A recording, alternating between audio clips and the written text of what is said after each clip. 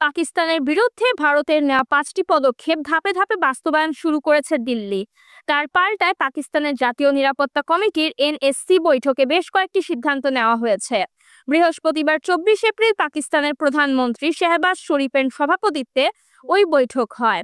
বৈঠক শেষে পাকিস্তানের প্রধানমন্ত্রীর দপ্তর থেকে পাঠানো বিবৃতিতে জানানো হয়েছে, ভারতের সিন্ধু পানি চুক্তি স্থগিতের ঘোষণা কঠোরভাবে নাকচ করছে পাকিস্তান। দেশটি বলেছে, সিন্ধু পানি চুক্তি বিশ্ব ব্যাংকের মধ্যস্থতায় হওয়া একটি বাধ্যবাধকতামূলক আন্তর্জাতিক চুক্তি। এককভাবে এই চুক্তি স্থগিতের কোনো বিধান নেই। এদিকে পাকিস্তান ওয়াগা সীমান্ত চৌকি বন্ধ ঘোষণা করেছে। দেশটি বলেছে, এই পথ দিয়ে ভারত থেকে সব ধরনের চলাচল বন্ধ থাকবে। ইসলামাবাদে ভারতীয় হাই কমিশনে নিযুক্ত দেশটির প্রতিরক্ষা নৌ এবং বিমান বাহিনীর কর্মকর্তাদের অবাঞ্ছিত ঘোষণা করেছে পাকিস্তান।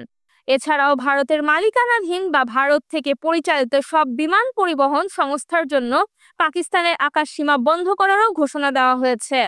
ভারতের সঙ্গে বাণিজ্য স্থগিতের ঘোষণা দিয়েছে পাকিস্তান। সেই সঙ্গে পাকিস্তান দিয়ে তৃতীয় কোনো দেশের সঙ্গে ভারতের সব ধরনের বাণিজ্য স্থগিতের ঘোষণাও দিয়েছে ইসলামাবাদ।